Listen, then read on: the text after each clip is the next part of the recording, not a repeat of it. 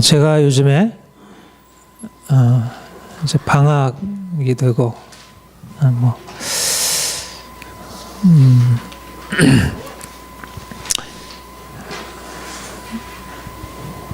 이제 그 시간적인 여유가 있어서기도 하고요. 또 하나님이 이끌어 가심이라고도 생각이 드는데, 제가 책을 아주 열심히 많이 읽고 있습니다. 책을 많이 읽고 특별히 책을 통해서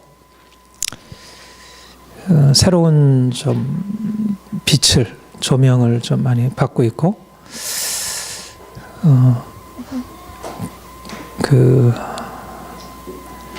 인생이 이런 것이구나 하는 것에 대한 새로운 좀 깨달음을 얻는 것 같아요. 저에게는 그 루소의 에밀이 굉장히 새로운 통찰을 열어주는 하나의 계기가 된 것 같습니다. 루소의 에밀을 제가 공부하고, 여러분 모두 사실은 다 루소의 에밀을 한 번씩은 다 좀 통과를 해야 할 필요가 있다고 생각을 해요. 저는 굉장히 중요한 책이고, 우리 현대와 고대를 이어주는 아주 중요한 관점, 또 기독교 신앙과 이 세상을 이어주는 중요한 고리를, 물론 다른 것들도 있을 수 있겠지만, 제가 그 책을 통해서 이제 어떤 하나의 새로운 통찰을 얻게 되었고, 또 뿐만 아니라 이제 그걸 계기로 해서 이제 어떤 새로운 좀 이런 그 사상의 세계,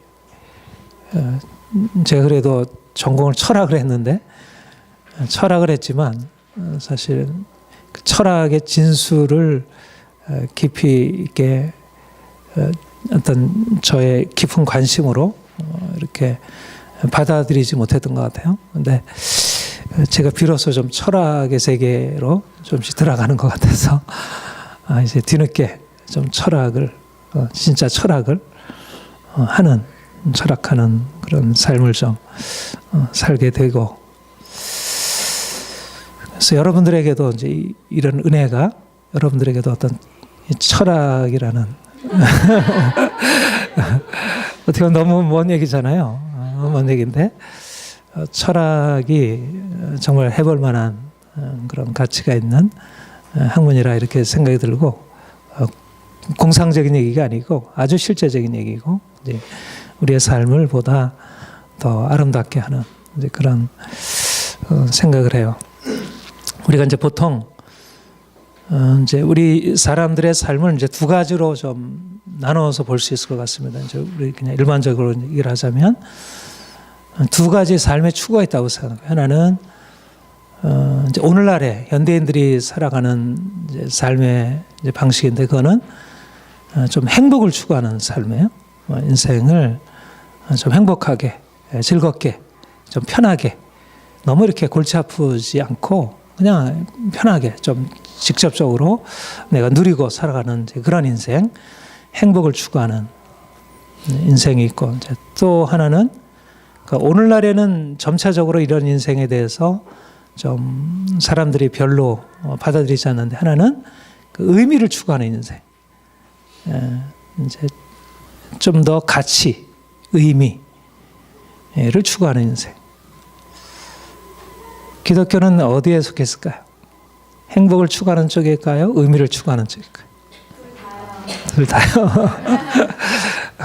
여러분들은 정답을 잘 알고 있습니다. 둘 다 행복을 추구하는 삶이기도 하고, 또 의미를 추구하는 삶이기도 하고. 근데 이제 한편으로 우리가 이제 오늘의 삶을 살아가면서 오늘날 사람들의 삶처럼 그 행복, 인생의 행복, 그냥 우리가 좀 더 건강하고 또 부유하고 또 우리가 하고 싶은 것을 할 수 있는 그런 아주 자연스러운 인생의 행복, 우리가 이것을 예수 안에서 그런 행복을 누릴 수 있어야 하리라, 이제 그렇게 생각을 하고요. 그런데 오늘날의 삶은 이제 이전에 그러니까 소크라테스와 같은 소크라테스, 플라톤, 아리스토텔레스와 같은 고대인들이 추구했던 좀 더 의미 있는 가치를 추구하는, 진리를 추구하는 그런 삶의 가치를 너무 많이 잃어버리고 있는 것 같아요. 그런데 저는 우리가 예수님을 만난 뒤에 우리가 오늘날 사람들이 살아가고 있는 이제 그런 평안하고 행복한 삶을 우리가 예수 안에 누릴 수 있다는 것도 우리가 이제 함께 우리가 강조할 수 있겠지만, 그러나 그 이상으로 오늘날 현대인들이 잃어버린 그 의미를 추구하는 인생, 진리를 추구하고 정의를 추구하고 하는 그런 인생이 우리 그리스도인의 삶이라고 하는 것을 저는 좀 그러니까 말씀 안에서 깨닫고 또 실질적으로 그래서 우리가 사람들은 눈에 보여지는 내가 좀 더 돈을 많이 벌고 또 사람들로부터 인정받고 이제 그런 어떻게 보면 희상적이고 즉흥적인 그런 삶의 목표를 향해서 살아간다면 우리는 그것을 넘어서 좀 더 선하고 또 아름답고 참된 인생을 추구하는 것. 소크라테스가 이제 그가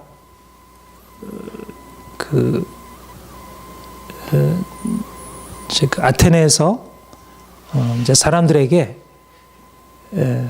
이제 하려고 했던 게 뭐냐면, 여러분들은 너무 피상적으로 단지 주어지고 보여지는 것 안에 즉흥적인 그런 행복과 평안함에 머무는 삶이 아니라 그것을 넘어서서 좀 더 의미 있는 인생, 좀 더 가치 있는 것, 좀 더 궁극적인 것을 여러분들이 좀 추구하고 사십시오.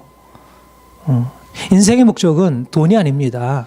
인생의 목적은 단지 눈에 보이는 그런 평안과 행복이 아닙니다. 그것을 넘어서서 인생이 보다 가치 있는 삶이 있습니다. 그래서 사람들로 하여금 그런 좀 더 가치 있는 인생을 살도록 이렇게 촉구하고 그들이 이 피상적으로 살아가는 삶에서 좀 벗어나서 온전한 삶으로 돌이키게 하려고 그렇게 노력을 했어요. 그게 바로 소크라테스의 철학입니다. 소크라테스의 철학은 그냥 어떠한 형이상학적인 것들을 가르치려고 하기 위함보다 사실 소크라테스의 철학의 목적은 보다 윤리적인, 그러니까 진정한 인간의 삶, 사람들을 사랑하고 존중하고 하는 그런 삶을 위해서 너무 이기적이고 자기를 위한 그런 삶에서 벗어나도록 하는 이제 그래서 그가 한 유명한 말이, 그가 이제 마지막 그가 불경, 그 신을 모독하고 신이 없다고 무신론을 주장하고 또 청년들을 부패했다는 이제 그런 죄명으로 고소당하고 그 법정에서 그가 500명의 아테네 이제 그 시민들 앞에서 그가 변론하면서 주장한 중에 자신은 다른 사람들로 하여금 자신의 삶을 좀 더 미덕을 갖춘 인생으로 살아가도록 촉구하고 그것을 위해서 자신의 삶을 검토하도록, 사람들이 아무런 생각 없이 그냥 살아가고 있는데 좀 더 검토하지 않은 인생은 가치가 없는 인생이라는, 저는 이 말은 굉장히 유명한 말이에요. 검토하지 않는 인생은 가치가 없는 인생이라는, 그냥 주어진 대로 즉흥적으로 살아가는 그런 인생은 가치가 없는 인생이라는. 자기는 이런 삶을 위해서 사람들을 깨우려고 했고, 그런데 사람들은 자신의 삶을 검토하는 것이 자신의 이제까지의 삶이 가지고 있는 것이 잘못되었다는 것을 이렇게 드러내 보여주는 거예요. 그러니까 거기에 대해서 사람들이 불편함을 느끼고 그래서 이제 고소를 당하고 결국은 그가 죽음으로 넘겨지게 되었어요. 그런데 그가 죽음으로 넘겨지는 그 상황에서도 죽음을 구걸하지 않고 생명을 구걸하지 않고, 나는 내가 당신들이 나를 풀어준다면 나는 지속적으로, 내가 만약 나를 풀어주어서 내 일을 하지 말라고 한다면 나는 내가 죽더라도 나는 내가 이 일을 한 것이 정당하다고 하는 것을 내가 주장하겠습니다. 이제 이런 방식으로 해서 결국은 그가 죽임을 당했습니다. 저는 우리 그리스도인의 삶이 사실 그리스도를 알지 못하는, 주님을 알지 못하는 하나의 철학자, 위인 소크라테스의 삶 이상이 되어야 하리라 그렇게 생각을 해요. 우리가 주어진 삶을 그냥 세상 사람들처럼 그냥 받아들이고 살아가는 삶이 아니라 내 삶이 정말 진리에 부합한가, 내 삶이 합당한 것인가, 선한 것인가, 아닌 것인가를 검토하고 그런 삶을 향해서 끊임없이 추구하는 것. 사실은 우리 그리스도인들은 철학자들보다 나은 삶이라는 것이죠. 왜냐하면 소크라테스가 얘기하기를 나는 다른 사람들보다 나은 것은 내가 진리를 소유한 자가 아니고 나는 단지 진리를 알지 못할 뿐이고 단지 진리를 추구하는 자이다. 다른 사람보다 나은 것은 그들은 진리를 갖지 못한데도 불구하고 스스로 자기가 진리를 소유하고 있다고, 자기가 무지하다고 하는 사실을 알지 못하다는 면에 있어서 그들이 어리석은 것이라면, 나는 내가 다른 사람보다 나은 것은 나는 내가 알지 못한다는 사실을 깨닫고 있다는 면에서, 그런 면에서 다른 사람보다 조금 낫다 이렇게 얘기를 했어요. 근데 우리는 이미 진리 되신 예수님이 우리에게 오셨잖아요. 우리는 이미 예수 안에서 진리를 아는 자입니다. 단지 진리를 추구하는 자가 아니고 우리가 진리를 아는 자이고, 아니 진리를 추구하기 위해서도 목숨을 걸었는데, 죽음 앞에 두려워하지 아니하고 그 진리 추구를 위해서 인생을 살았는데, 우리는 진리 되신 예수님이 그 목숨을 버리시고 우리를 위하여 우리 그분의 삶이 진리라고 하는 것을 우리에게 보여주셨는데, 우리는 그보다 더 이 세상 사람들이 추구하는 것 이상, 아니 진리를 알지 못하고서도 그런 의미 없는 인생, 너무 피상적인 인생을 넘어서서 살았다면, 우리 진리 되신 예수님을 우리가 만났다면 우리가 정말 주님 주신 그 진리를 붙들고 그것을 위해서 우리 전 삶을 열정적으로 살아야 되지 않을까, 그렇게 생각합니다. 사도 바울이 내가 나의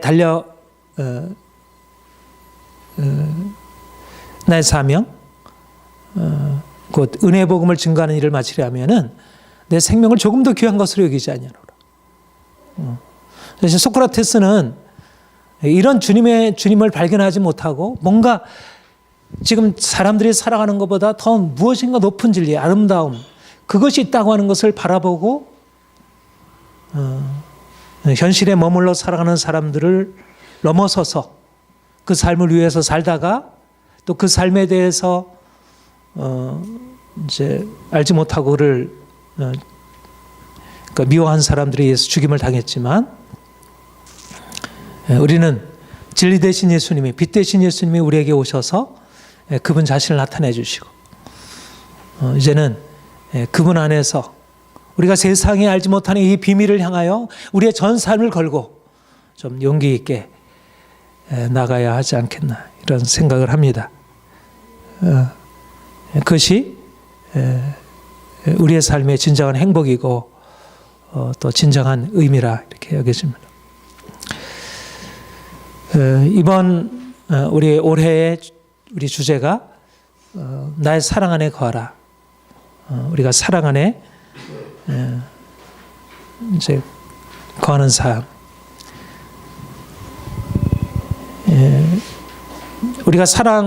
우리가 주님을 믿는다는 것은 이 두 가지를 잘 구별하는 것입니다. 하나는 우리의 삶의 영역에 두 가지 영역이 있는데, 하나는 세상이 있고 또 하나님 나라가 있습니다. 두 가지 인생이 있는데, 하나는 세상에 속해 사는 삶이 있고 하나는 하나님 나라에 속해 사는 삶입니다. 우리는 이전에 세상에 속한 삶을 살다가 이전에 예수님을 만나서 하나님 나라 영역으로 옮겨진 사람들입니다. 우리가 잘 아는 고린도서서 1장 13절, 그가 우리를 흑암의 권세에서 건져내사 그의 사랑의 아들의 나라로 옮기셨으니. 우리 다시 한번 같이 읽겠습니다. 그가 우리를 흑암의 권세에서 건져내사 그의 사랑의 아들의 나라로 옮기셨어요. 하나님이 우리를 흑암의 권세에서 하나님의 나라로, 그 아들의 사랑의 아들의 나라로 옮기셨습니다. 우리의 소속은 하나님의 나라입니다. 우리 빌립보서 3장 20절 시작. 그러나 우리 시민권은 하늘에 있는지라. 우리는 흑암의 권세에서 하나님의 나라로 옮겨진 사람들이고, 우리의 시민권은 하늘에, 우리가 이 땅에 살지만 우리는 하늘나라의 시민이고, 우리가 지금도 하늘나라의 시민으로 살고 있고, 또 장차 주님이 영광 중에 오실 때 우리가 그 하늘의 영광에 이르게 될 것이고, 여러분들은 이 세상에 살지만 이 세상에 속한 자가 아니라 하늘나라 시민으로 살아간다는 것에 그 자신의 정체성을, 나는 누구이냐? 나는 하늘나라 시민이다. 나는 이 세상에 무엇으로 사느냐? 나는 천국 시민으로 산다. 이것이 여러분과 저의 정체성이고, 내가 하늘나라 시민으로 어떻게 살아가느냐, 이것을 붙들고 우리가 씨름을 하는 것입니다. 하늘나라 시민은 이 세상에 대해서 죽은 자입니다. 그러나 내게는 우리 주 예수 그리스도의 십자가 외에 결코 자랑할 것이 없으니 그리스도로 말미암아 세상에 나를 대하여 십자가 못 박히고 내가 세상에 대하여 그러하니라. 우리가 하늘나라 시민이라 하면 우리가 더 이상 세상에 속해 있지 않다는 것, 세상에 대하여 죽었다는 것. 우리가 세상에 살고 있지만, 그러나 우리는 세상에 속한 자가 아니고 세상에 대해서 죽고 하나님께 대하여 또 하나님의 사랑과 그의 은혜와 그 축복에 대하여 우리는 산 자라는 것. 이것이 바로 여러분과 저의 정체성이고, 내가 세상에 살지만 세상에 사는 자가 아니고 세상에 대해서 죽은 자이고, 이제는 나의 삶은 하나님의 다스림, 하나님의 통치, 그것이 내 인생이고, 그러니까 우리의 인생이라는 것입니다. 이것이 우리의 기쁨이고 우리의 만족이고 우리의 삶이, 내가 보는 거, 내가 듣는 거, 내가 생각하는 것, 모든 것은 이 세상에서 우리가 이제까지 살던 삶의 그런 방식, 이런 것이 아니라 하늘나라, 새로운 영역, 우리가 살던 삶의 영역이 아니라 이제는 거기서 나와서 이제는 하나님이 다스리는 것, 전혀 다른 사고, 살아온 가치, 그 지배하는 그런 곳에 우리가 살게 된 것입니다. 여러분들이 이 세상에서 정말 진정한 삶을 살아가려면 내 소속이 어디인가, 내 정체성이 무엇인가를 분명히 해야 합니다. 하늘나라 시민이라는 것이 내가 분명해져야 여러분들이 가정에서, 직장에서, 또 이 사회를 어떻게 바라볼지, 어떻게 살아갈지가 보다 분명한 것입니다. 오늘날 왜 우리가 삶에 있어서 여러 가지 흔들리고 문제가 생기는가?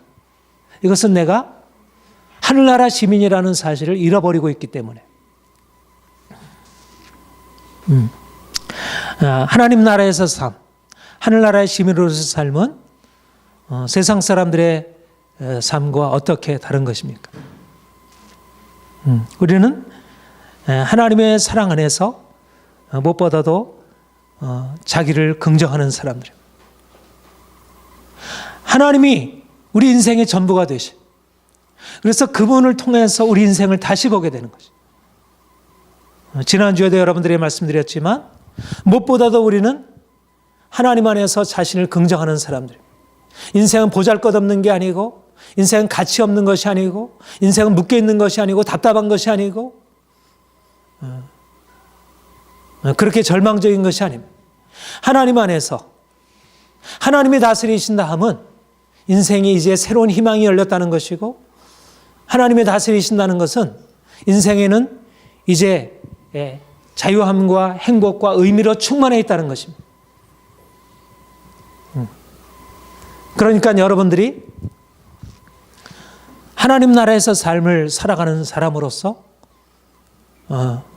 세상 사람들은 슬퍼하고 근심하고 두려워하고 답답하지만 여러분들은 늘 자신의 삶에 대해서 감사하고 소망으로 자신의 삶을 바라볼 수 있습니다. 그리고 하나님 안에서 삶을 긍정한다는 것은 또한 무엇보다 자기 자신을 내려놓는 것을 의미합니다. 하나님 안에서의 자기 긍정이지 내가 이제까지 붙들고 있었던 내 인생이 아니라는 것입니다. 하나님 나라의 삶은 이제까지 내가 붙들고 있었던 내 인생을 다 내려놓고 주님이 내 인생의 주인 되시도록 내가 주인 삼은 것 내려놓고 이제 주 되신 주님이 내 인생을 끌어가시도록 인생은 내게 달려있는 것이 아니구나. 오늘날 사람들의 생각은 인생은 내게 달려있는 것이야. 인생은 내가 스스로 결정하고 모든 것은 내가 원하는 대로 해야 돼. 저는 요즘에 사람들의 철학, 사람들의 중요한 가치관, 인생은 자유롭고 자율적이어야 한다고 하는 이 가치관 안에 굉장히 긍정적인 의미가 있다고 생각을 해요. 저는 이 계몽주의 이후에 시작된 인생은 자유롭다, 인생은 자유로워야 한다는 이 가치관은 오늘 민주주의의 기초이고 또 그것은 우리 인생을 좀 더 하나님이 주신 그 가치를 인정하는 의미로 우리가 받아들일 수 있습니다. 이런 의미에서 저는 오늘날 민주주의의 가치가 우리 그리스도인들에게도 긍정적으로 받아들일 수 있다고 생각하고 좀 더 그리스도인들은 인생의 자유를 긍정할 수 있는 사람, 하나님 안에서 자기를 긍정하는 사람이고 자유로운 삶을 지향하는 사람들. 그러나 하나님과의 관계에서 이것은 제한적으로 긍정이 되어야 되는 거예요. 제한은. 우리는 사람들 앞에서 인생을 자유로워야 하지만 하나님 앞에서 인생은 아무것도 아니고 내 인생은 하나님 앞에 철저히 매여 있다는 사실을 인정할 때라야 비로소 자유로워지는 거예요. 포도나무 가지가 자유로울 수 있는 것은 포도나무에 붙어 있을 때 자유로운 거예요. 가지가 독립해 있으면, 포도나무로부터 독립해 있으면 그것은 독립이 아니라 죽음입니다. 마찬가지로 인생이 자유로운 것은 하나님께 소속되어 있을 때, 하나님께 의존되어 있을 때, 그리스도의 그 주권 아래 내가 속해 있을 때 자유로운 것이지, 내가 스스로 내 자유를 주장하고 하나님 없이 인생을 살겠다고 결정하고 나가면 그것은 더 이상 자유가 아닌 것입니다. 오늘 현대 자유주의 사상의 근본 문제가 바로 사람들로부터, 잘못된 권위로부터 자유로워지는 것은 타당하지만 그 자유의 개념이 잘못 확장되어서 하나님으로부터의 자유를 주장하고 모든 권위로부터의 자유를 주장하기 때문에 인생을 잃어버린 것입니다. 우리 그리스도인들이 세상 나라의 삶, 세상 사람들과 다른 것은 우리의 자유를 주님께 양도하고, 주님, 당신이 나의 주인이십니다. 나는 당신에게 의존해서 살겠습니다. 나는 당신의 말씀에 순종하며 살겠습니다. 나는 내 인생의 주인이 아니고 나는 당신의 종일 뿐입니다. 이것이 나의 진정한 행복이고 자유입니다. 이것을 주장하지 않는다면, 우리가 이것을 가르치지 않는, 이것을 붙들지 않는다면 이 세상 속에서 오늘날의 이 자유주의 사상, 어른들과 특별히 젊은이들, 우리 어린이들, 우리 청소년들을 장악하고 있는 이 잘못된 자유의 개념이 사람들의 삶을 병들게 만들고 그래서 고통스럽게 만드는 것입니다. 무엇보다도 우리는 하나님께 의존되어 있는 사람들이고 하나님의 은혜 아래서 살 수 있는 사람들입니다. 나는 아무것도 아닙니다. 나의 나된 것은 하나님의 은혜입니다. 그가 내 인생의 주인입니다. 이것을 우리가 붙들고, 그렇기 때문에 우리는 인생에 대하여 염려하거나 슬퍼하거나 두려워하지 아니하고, 또 잘못된 권위 앞에 복종해서 돈 앞에 복종하고 권력 앞에 복종하고 명예 앞에 복종하는 그런 어리석은 삶을 살지 않을 수 있는 것입니다. 주님이 우리에게 말씀하는 것은 내가 스스로 너 인생을 개척해서 아름답게 만들라 이렇게 말씀하지 아니하시고 너는 내게 와서 내가 주는 은혜를 값없이 누려라. 너희는 와서 돈 없이 값없이 와서 포도주와 젖을 사라. 이것이 인생의 비밀인 것입니다. 우리의 성공과 행복의 비밀은 값없이 돈 없이 우리가 스스로 애쓰고 힘쓰는 인생이 아니라 하나님이 우리에게 주신 것을 값없이 누리는 것. 우리의 행복은 우리의 자유함에 달려있기도 하지만 그러나 하나님이 우리의 주가 되시고 그가 우리의 공급자가 되시고 그가 우리의 모든 삶을 책임져 주시리라고 하는 것, 이 사실을 우리가 믿기 때문에 우리는 비록 부족하지만 우리는 비록 약하지만 거친 인생, 거친 광야와 같은 일을 그 앞에 우리는 무력하고 우리는 낙심되지만 그러나 그 앞에서도 우리가 두려움 없이 살아갈 수 있는 것입니다. 오늘 본문 32절 우리 함께 읽겠습니다. 시작. 자기 아들을 아끼지 아니하시고 우리 모든 사람을 위하여 내어주시니가 어찌 그 아들과 함께 모든 것을 우리에게 주시지 않겠느냐. 자기 아들을 아끼지 아니하시고 모든 사람을 위하여 내어주시니가 어찌 그 아들과 함께 모든 것을 우리에게 주시지 않겠느냐. 하나님의 약속입니다. 우리는 이 은혜 안에 살고 있다는 것입니다. 십자가의 그 사랑이 우리를 붙들고 있고 우리는 그 사랑 안에서 모든 것에 풍성한 은혜 안에 우리가 스스로 애쓰고 힘써서 우리가 행한 만큼 우리가 누리는 인생이 아니라 하나님이 한량없는 측량할 수 없는 그분의 은혜로 우리가 감당할 수 없는 그분의 그 풍성한 긍휼과 사랑으로 우리에게 찾아오셔서 그분의 사랑을 부어주시고 내 사랑 안에 거하라. 내 은혜 안에 거하라. 우리가 세상과 다른 삶의 방식은 우리가 가지고 있는 능력으로 살다가 힘들고 지치고 피곤한 인생을 살아가는 것 아니라 하나님이 주신 그런 넉넉한 은혜 안에서 모든 것을 주시지 않겠느냐. 사랑하는 자녀들을 위하여 모든 것을 주시지 않겠느냐. 사랑하는 자녀들아 근심하느냐 걱정하느냐. 자녀들아 두려워하지 말아라. 내가 너를 위하여 모든 것을 주리라. 그래서 우리는 평안한 것입니다. 우리의 삶에 여러 가지 많은 문제와 고통과 우리 연약함에도 불구하고 우리가 평안하고 안식을 누릴 수 있는 것은 그분의 넉넉한 은혜와 사랑이 우리에게 주어져 있기 때문에.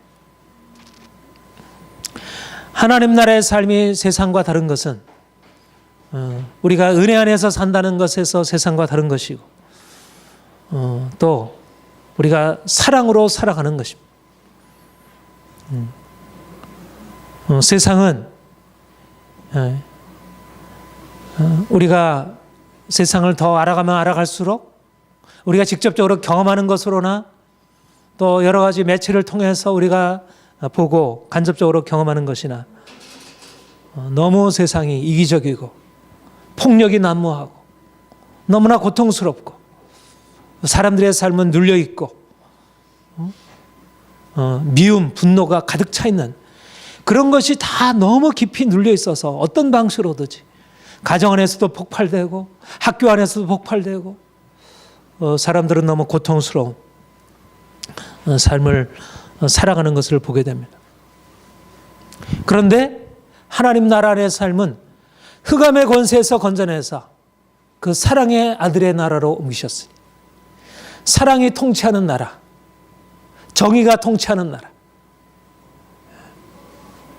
로마서 14장 17절 하나님의 나라는 먹는 것과 마시는 것이 아니요 오직 성령 안에서 의와 평강과 희락이라. 평화와 희락이라. 하나님의 나라는 우리가 이제까지 살아왔고 지금도 많은 사람들이 그 가운데 살아가고 있고 우리가 눈으로 보고 경험하는 그런 세상과 다른 나라이라는 것입니다. 우리가 세상에 대해서 죽고 하나님 나라에 대해서 산다고 하는 것은 바로 우리가 이제까지 살아가던 삶의 방식으로부터 벗어나서 이제는 하나님의 나라의 질서 안에 정의가 다스리는 나라, 사랑이 다스리는 나라, 평화가 다스리는 나라, 폭력이 난무하는 곳에 평화가 지배하도록. 여러분, 요즘에 왕따로 인해서 자살하고 그래서 이 학교에 왕따 폭력 이런 것에 대한 어떻게 이것을 대처할까?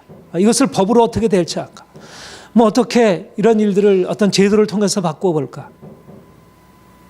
법이나 제도로서 이것을 바꿀 수 있겠어요? 근본적인 것은 인간의 이기심과 그런 미움과 분노인데 이걸 어떻게 다스릴 수 있겠어요?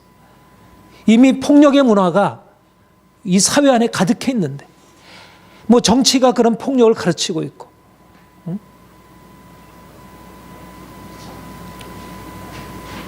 그런 이들이 만들어내는 법이 어떻게 오늘날의 삶에 나타나는 이런 폭력과 이런 따돌림과 괴롭힘의 이 문화를 어떻게 바꿔놓을 수 있겠어요?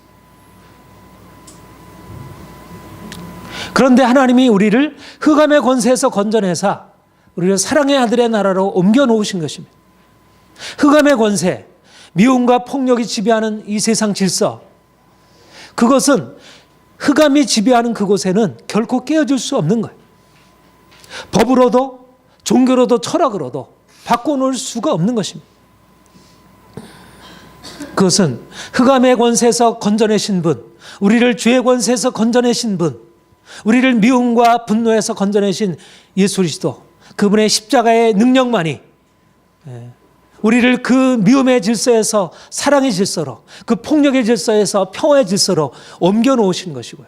우리가 그 안에서 살고 있다는 것입니다. 우리도 전에는 그와 같은 자의 삶을 살아갔습니다. 그래서 두려움과 고통 가운데 살아왔고, 우리도 그 가운데서 또 함께 동참해서 다른 사람을 누르고 다른 사람에게 고통을 주고 자녀들에게 고통을 주고 서로 싸우고. 그런데 주님이 이제 우리 삶 가운데 들어오셔서 이제 우리를 그 죄와 불법에서 구속해내시고 우리를 하나님의 사랑과 정의로 우리를 바꿔놓은 하나님 나라의 새로운 질서로 우리를 옮겨놓으신 것입니다. 디도서 2장 14절 우리 같이 읽겠습니다. 시작. 그가 우리를 대신하여 자신을 주심은 모든 불법에서 우리를 속량하시고 우리를 깨끗하게 하사 선한 일을 열심히 하는 자기 백성이 되게 하려 하심이라. 그가 우리를 위하여 자신을 내어주신 것은, 그가 십자가로 우리를 위하여 자신을 내어주신 목적은 무엇이냐면 우리를 불법에서 구속하시고 우리를 깨끗하게 하셔서 선한 일을 열심히 하는 자기 백성이 되게 하시라. 하나님 나라 백성은 더 이상 불법의 사람들이 아니고 죄악의 사람들이 아니라는 것입니다. 세상 사람들처럼 그렇게 자기 욕심에 따라 살고 다른 사람을 누르고 지배하고 다른 사람의 고통을 주고 괴롭히고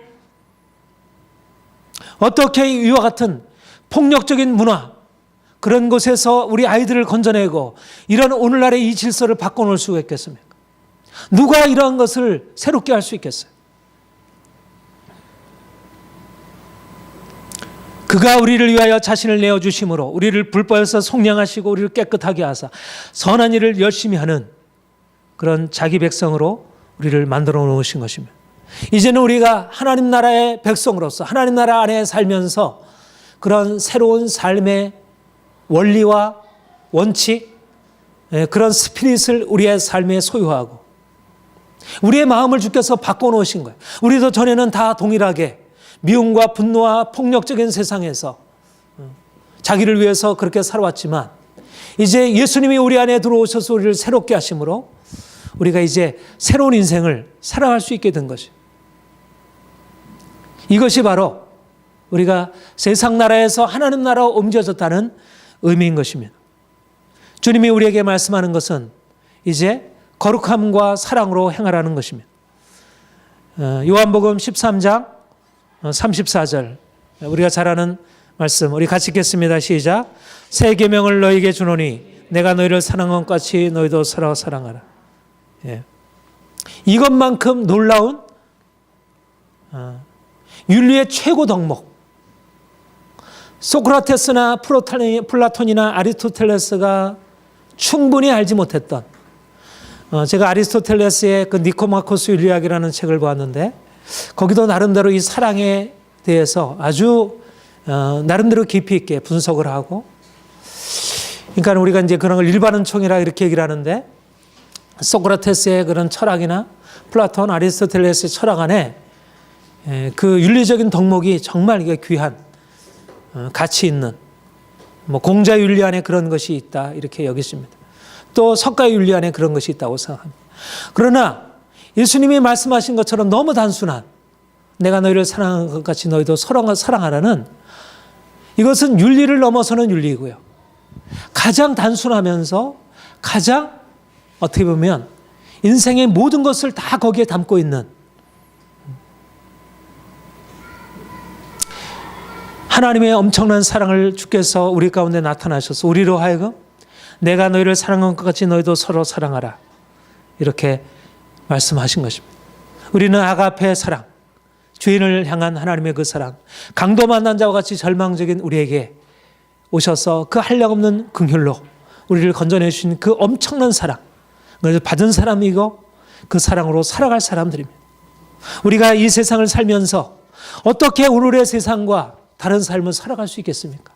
우리에게는 그 하나님의 사랑이, 나 같은 죄인을 살리신 그 하나님의 사랑이 우리에게 이미 있는 것이고, 지금도 그 사랑이 우리에게 지금도 계속해서 우리에게 부어지는 것이, 우리가 연약할 때, 우리가 넘어질 때, 우리가 죄에 빠질 때, 우리가 절망 속에 주님 앞에 부르짖을 때 주님이 그 사랑으로 우리에게 찾아오셔서 그 사랑으로 우리를 바꿔주시고, 우리의 이기심, 우리의 분노, 우리의 욕망, 우리의 잘못된 우리의 모든 교만과 자랑, 이것들을 깨뜨리시고 그 사랑 우리를 녹이시고 바꿔가는 것이고, 여러분 우리는 그 사랑을 받은 자들로서 이 사랑을 우리가 함께 여기서 연습하고 훈련하는 거예요. 교회란 무엇인가?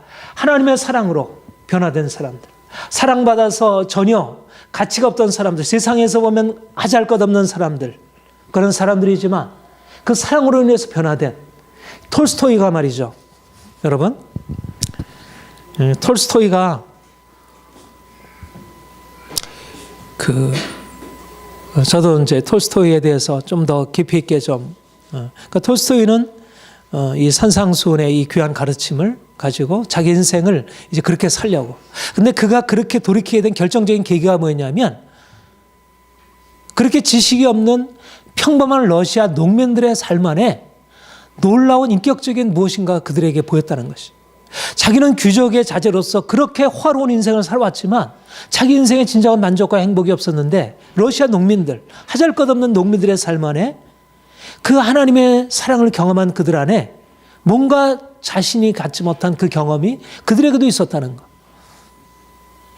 여러분, 세상에서 가지고 있는 지위와 권력과 세상에 가지고 있는 부와 이런 것으로서 인생이 부요하고 인생이 뭔가 그럴듯하게 되는 것이 아니라, 하나님의 사랑을 받음으로 인생이 근원적으로 변화될 수 있는 거예요. 오늘날 우리 인생을 우리가 경제대국이 되어서 뭐 G20에 들어가고 어떤 우리가 선진대국에 우리가 나가는 거, 물론 우리가 그런 경제적으로 뭐 문화적으로 뭐 세상에 앞서가는 거 다 귀한 일이죠. 그러나 진정한 우리나라가 선진대국이 되고 선진사회가 되고 선진시민이 되는 가장 결정적인 것은 인격적인 변화이고, 그 인격적인 변화의 가장 큰 핵심은 사랑의 경험이고 사랑할 수 있는 능력입니다. 오늘날 이 포스트 모던 사회에서 요구되는, 제가 포스트 모던에 관한 여러 가지 많은 책들을 읽으면서 그것은 달리 말해서 오늘날 표현하는 포스트 모더니즘의 가장 결정적인 핵심은 뭐냐면 사랑의 윤리예요. 사랑하라는 것입니다. 오늘날 많은 사람들이 고통스러워하는데 사랑이 없기 때문에 사랑을 해야 하라는 것이에요. 오늘날 교회는 하나님의 사랑을 경험한 사람들, 그 사랑으로 인해서 변화된 사람들이 사랑할 수 없는 그런 약하고 보잘것없는 사람들을 사랑하고, 또 사랑할 수 없는 타자들, 낯선 사람들, 원수들까지 사랑할 수 있는 그런 놀라운 사랑으로 변화된 대한공동체라는 말을, 대환사회라는 말을 씁니다. 카운터 컬처, 카운터 소사이어티. 오늘날 이 사회에 대한 뭔가 대항할 수 있고, 또 대안적인 올터너티브. 오늘날 뭔가 이거보다 더 나은 사회가 있을까? 바로 그것을 우리가 보여줄 수 있는, 하나님 나라를 바로 이 땅에서 우리가 실현하면서 그것을 보여주는 것. 우리는 하나님 나라의 백성으로서 우리가 장차 그 나라에 들어가서 하나님의 그 사랑과 평강 안에 살겠지만, 우리가 이 세상에 살면서 그런 삶을 나타내 보여주는 삶을 살아가는 것입니다.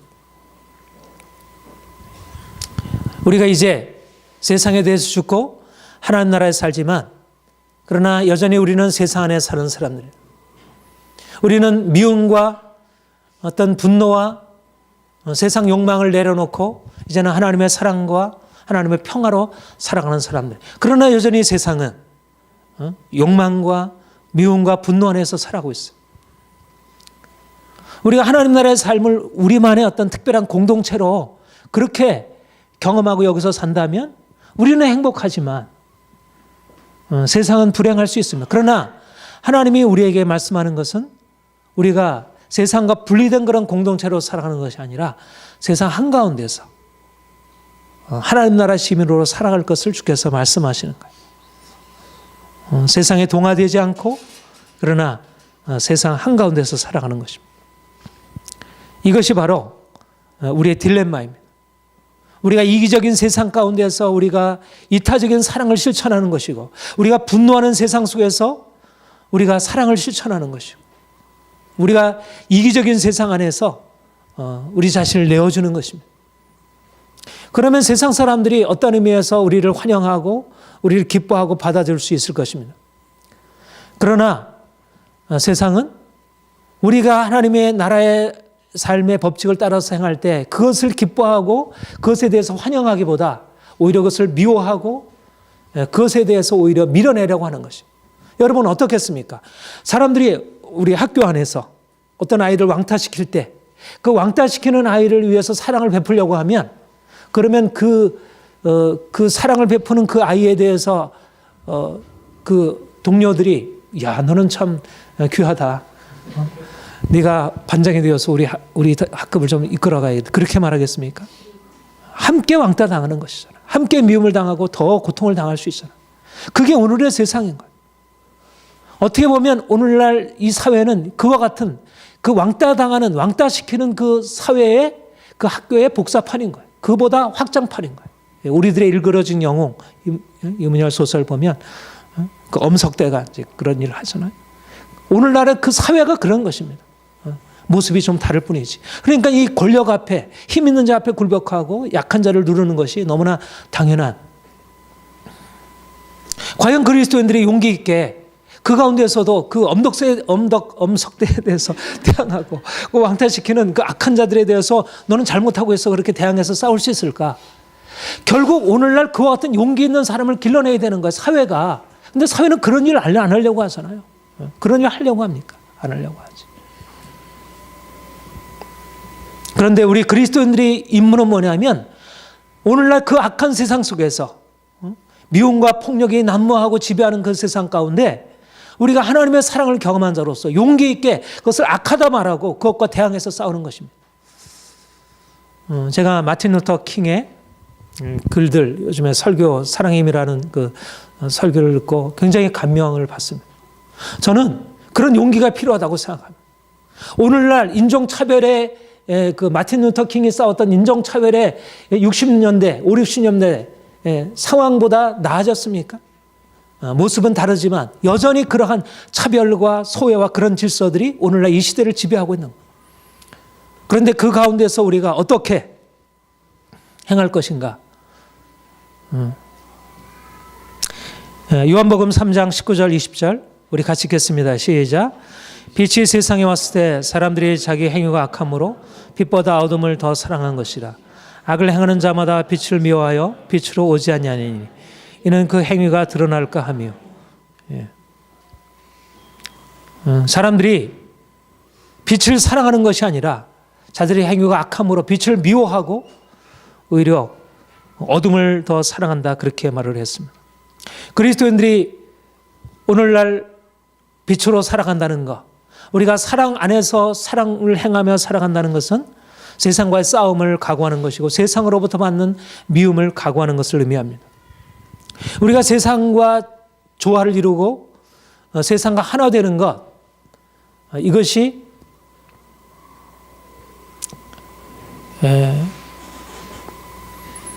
어떤 때는 바람직할 수 있지만 그러나 오늘날과 같이 이렇게 이기적이고 폭력이 난무하는 세상 속에서 이 세상과 부딪히고 싸우고 부조하고 그것에 적응할 수 없는 그런 삶을 살아가는 것이 필요하다는 것이. 제가 그 목회 컬럼 거기 푸른 초장 거기서 마틴 루터 킹의 글을 제가 인용을 했는데, 현재 운명에서 우리 세상을 구하는 길은 타협적인 다수의 자기 만족적인 적응이 아니라 세상에 타협하지 않는 소수 집단의 창조적인 부적응입니다. 타협적인 다수의 자기 만족적인 적응이 아니라 많은 사람들이 다수의 자기를 위해서 그런 불의한 질서에 적응하고 살아가고 있는 거야. 하등의 그런 것에 대해서 잘못되다 말하지 않고, 왕따시키는 그런 잘못된 그 문화에 대해서 하등에 대항해서 싸우려고 하지 않고, 그런데 세상에 타협하지 않는 소수 집단의 창조적인 부적응, 오늘날의 이런 잘못된 질서에 적응하지 못하는 그런 사람들, 적응해서는 안 될 질서에 적응할 수 없는 사람들, 이것이 바로 그리스도인이라는 것입니다. 불의한 세상 질서에 더 이상 적응하지 않는 사람들, 적응하지 않기로 결단하고 나가는 사람들. 그러니까 그리스도는 세상에서 고난을 받을 수밖에 없는 것입니다.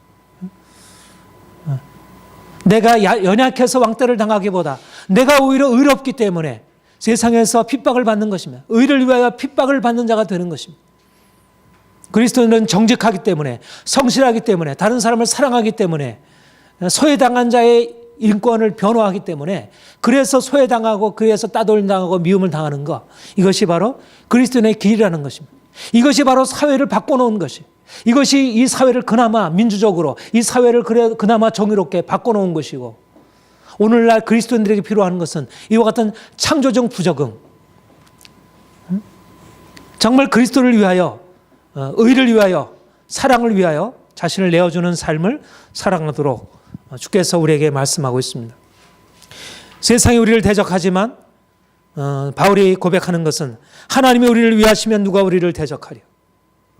우리의 삶이, 고난의 삶이 편안하지 않다는 것, 우리가 그리스도로 산다는 것은 그냥 편안한 삶이 아니라는 것입니다.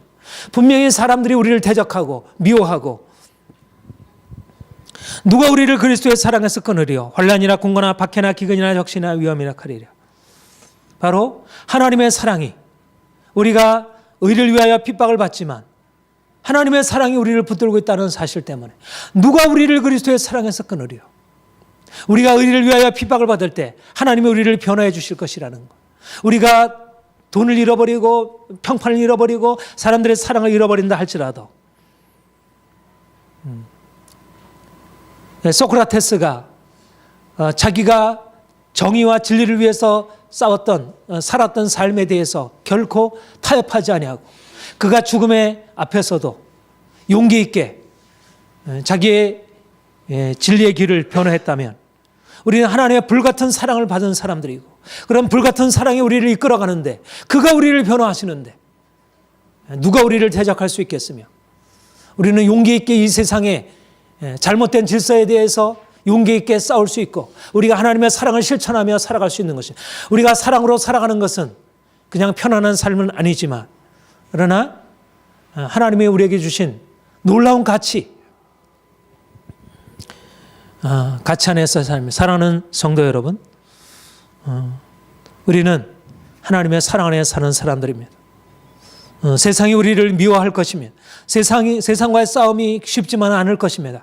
그러나 두려움 없이 담대히 나가서 우리가 하나님의 정의를 위하여, 우리가 사랑을 위하여 행할 수 있는 것은 하나님이 우리를 그의 사랑으로 붙드시고 있기 때문에 그런 것입니다. 사랑하는 성도 여러분, 여러분들은 세상과 같은 사람들이 아닙니다. 세상과 다른 사람들입니다. 세상을 변화시킬 사람들입니다. 세상의 온도계를 측정하는 사람이 아니라 세상을, 온도 조절 장치를, 세상을 변화시킬 수 있는 온도 장치로 살아가는 사람입니다. 마틴 루터 킹이 말한 말입니다. 여러분들은 세상에 수동적으로 반응하는 사람들이 아니고 세상을 변화시킬 사람들입니다. 여러분들을 통해서 이 악한 세상이 변화되고 이 세상 안에 하나님 나라의 새로운 질서가 나타나기를 소망합니다. 기도하겠습니다. 하나님, 우리를 사랑으로 구속해 주셔서 이제 하나님의 사랑의 나라 아래 살게 하시니 감사합니다. 하나님, 이제 더 이상 세상 한가운데 살지만 세상을 쫓아 우리의 욕심을 따라 우리의 뜻대로 살지 않게 하시고 하나님 법칙 안에서 우리가 사랑과 정의로 살게 하여 주옵소서. 하나님, 우리가 세상에서 하나님의 사랑을 나타내고 정의를 실천할 때 세상의 미움을 받을지라도 우리가 두려워하지 아니하고 용기 있게 하나님이 우리를 위하시면 누가 우리를 대적하리요. 우리가 담대히 하나님의 사랑으로 세상과 맞서 싸우게 하시고 그래서 이 땅에 어두운 이 세상에 하나님의 사랑과 공평과 정의가 이루어질 수 있도록 하나님 역사하여 주옵소서. 하나님, 우리를 통해서 하나님의 나라가 이 세상 안에 도래하기를 소원합니다. 하나님, 우리가 하나님 나라를 위한 일꾼 되어 세상을 변화시키게 하옵소서. 예수님의 이름으로 기도합니다. 아멘.